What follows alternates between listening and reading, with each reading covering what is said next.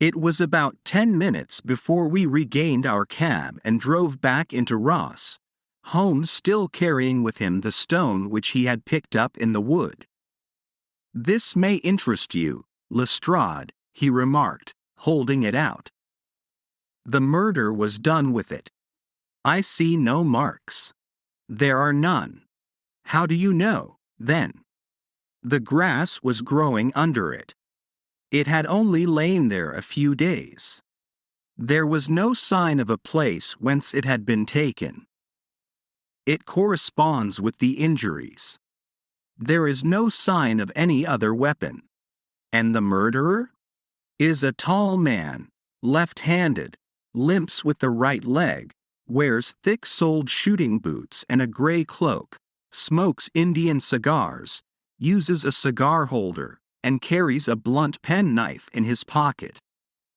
There are several other indications, but these may be enough to aid us in our search." Lestrade laughed. "I am afraid that I am still a skeptic," he said. "Theories are all very well, but we have to deal with a hard-headed British jury." "Nous verrons," answered Holmes calmly. "You work your own method, and I shall work mine. I shall be busy this afternoon, and shall probably return to London by the evening train." "And leave your case unfinished?" "No, finished. But the mystery? It is solved. Who was the criminal, then?" "The gentleman I describe. But who is he? Surely it would not be difficult to find out. This is not such a populous neighborhood." Lestrade shrugged his shoulders. "I am a practical man," he said, "and I really cannot undertake to go about the country looking for a left-handed gentleman with a game leg. I should become the laughing-stock of Scotland Yard." "All right," said Holmes quietly. "I have given you the chance.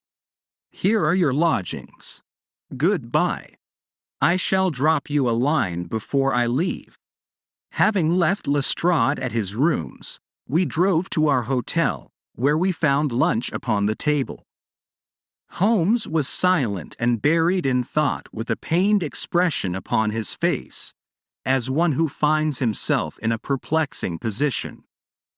"Look here, Watson," he said when the cloth was cleared. "Just sit down in this chair and let me preach to you for a little. I don't know quite what to do, and I should value your advice. Light a cigar and let me expound." "Pray do so." "Well, now, in considering this case there are 2 points about young McCarthy's narrative which struck us both instantly, although they impressed me in his favor and you against him.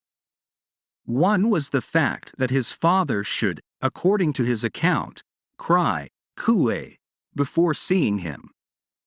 The other was his singular dying reference to a rat. He mumbled several words, you understand, but that was all that caught the son's ear.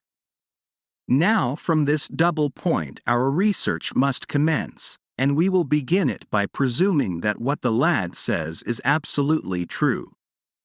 What of this, Cooey, then? Well, obviously it could not have been meant for the son. The son, as far as he knew, was in Bristol. It was mere chance that he was within earshot. The Cooey was meant to attract the attention of whoever it was that he had the appointment with. But Cooey is a distinctly Australian cry, and one which is used between Australians. There is a strong presumption that the person whom McCarthy expected to meet him at Boscombe Pool was someone who had been in Australia. What of the rat, then? Sherlock Holmes took a folded paper from his pocket and flattened it out on the table. "This is a map of the colony of Victoria," he said. "I wired to Bristol for it last night." He put his hand over part of the map. "What do you read?" "Eret," I read. "And now?" He raised his hand. Ballarat. Quite so. That was the word the man uttered, and of which his son only caught the last two syllables. He was trying to utter the name of his murderer. So and so, of Ballarat. It is wonderful, I exclaimed. It is obvious. And now, you see, I had narrowed the field down considerably. The possession of a gray garment was a third point which, granting the son's statement to be correct, was a certainty. We have come now out of mere vagueness to the definite conception of an Australian from Ballarat with a gray cloak. Certainly. And one who was at home in the district, for the pool can only be approached by the farm or by the estate, where strangers could hardly wander. Quite so. Then comes our expedition of today. By an examination of the ground I gained the trifling details which I gave to that imbecile Lestrade, as to the personality of the criminal. But how did you gain them? You know my method. It is founded upon the observation of trifles. His height I know that you might roughly judge from the length of his stride. His boots, too, might be told from their traces. Yes, they were peculiar boots. But his lameness? The impression of his right foot was always less distinct than his left. He put less weight upon it. Why? Because he limped. He was lame. But his left-handedness. You were yourself struck by the nature of the injury as recorded by the surgeon at the inquest. The blow was struck from immediately behind, and yet was upon the left side. Now, how can that be unless it were by a left-handed man? He had stood behind that tree during the interview between the father and son. He had even smoked there. I found the ash of a cigar, which my special knowledge of tobacco ashes enables me to pronounce as an Indian cigar. I have, as you know, devoted some attention to this, and written a little monograph on the ashes of 140 different varieties of pipe, cigar, and cigarette tobacco. Having found the ash, I then looked round and discovered the stump among the moss where he had tossed it. It was an Indian cigar, of the variety which are rolled in Rotterdam. And the cigar holder? I could see that the end had not been in his mouth. Therefore he used a holder. The tip had been cut off, not bitten off, but the cut was not a clean one, so I deduced a blunt penknife. Holmes, I said, you have drawn a net round this man from which he cannot escape, and you have saved an innocent human life as truly as if you had cut the cord which was hanging him. I see the direction in which all this points. The culprit is Mr. John Turner, cried the hotel waiter, opening the door of our sitting room and ushering in a visitor. The man who entered was a strange and impressive figure. His slow, limping step and bowed shoulders gave the appearance of decrepitude, and yet his hard, deep-lined, craggy features and his enormous limbs showed that he was possessed of unusual strength of body and of character. His tangled beard, grizzled hair, and outstanding, drooping eyebrows combined to give an air of dignity and power to his appearance, but his face was of an ashen white, while his lips and the corners of his nostrils were tinged with a shade of blue. It was clear to me at a glance that he was in the grip of some deadly and chronic disease. "Pray sit down on the sofa," said Holmes gently. "You had my note?" "Yes, the lodge-keeper brought it up. You said that you wished to see me here to avoid scandal. I thought people would talk if I went to the hall. And why did you wish to see me?" He looked across at my companion with despair in his weary eyes, as though his question was already answered. "Yes," said Holmes, answering the look rather than the words. "It is so. I know all about McCarthy." The old man sank his face in his hands. "God help me," he cried. "But I would not have let the young man come to harm. I give you my word that I would have spoken out if it went against him at the assizes." "I am glad to hear you say so," said Holmes gravely. "I would have spoken now had it not been for my dear girl.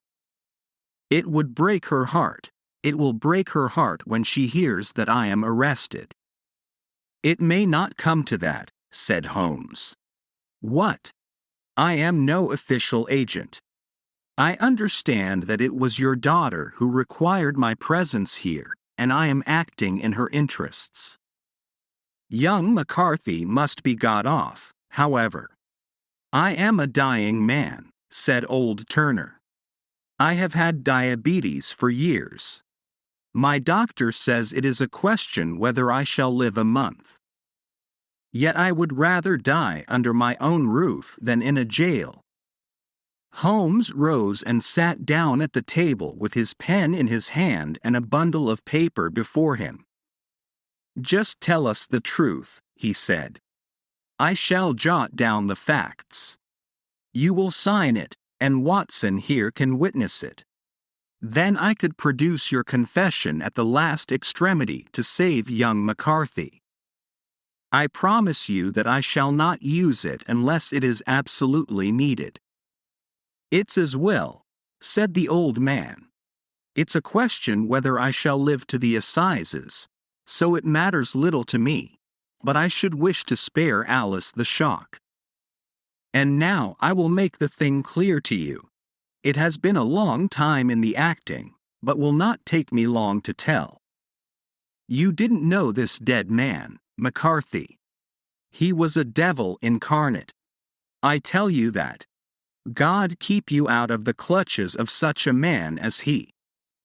His grip has been upon me these 20 years, and he has blasted my life. I'll tell you first how I came to be in his power. It was in the early 60s at the diggings. I was a young chap then, hot-blooded and reckless, ready to turn my hand at anything. I got among bad companions, took to drink, had no luck with my claim, took to the bush, and in a word became what you would call over here a highway robber. There were 6 of us, and we had a wild, free life of it, sticking up a station from time to time, or stopping the wagons on the road to the diggings.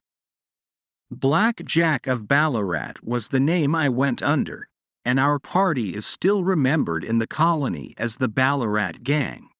One day a gold convoy came down from Ballarat to Melbourne, and we lay in wait for it and attacked it. There were 6 troopers and 6 of us, so it was a close thing, but we emptied 4 of their saddles at the first volley. 3 of our boys were killed, however, before we got the swag. I put my pistol to the head of the wagon driver, who was this very man McCarthy. I wish to the Lord that I had shot him then, but I spared him, though I saw his wicked little eyes fixed on my face, as though to remember every feature. We got away with the gold, became wealthy men, and made our way over to England without being suspected. There I parted from my old pals and determined to settle down to a quiet and respectable life. I bought this estate, which chanced to be in the market, and I set myself to do a little good with my money, to make up for the way in which I had earned it. I married, too, and though my wife died young, she left me my dear little Alice. Even when she was just a baby, her wee hand seemed to lead me down the right path as nothing else had ever done. In a word, I turned over a new leaf and did my best to make up for the past. All was going well when McCarthy laid his grip upon me. I had gone up to town about an investment, and I met him in Regent Street with hardly a coat to his back or a boot to his foot. "Here we are, Jack," says he, touching me on the arm. "We'll be as good as a family to you.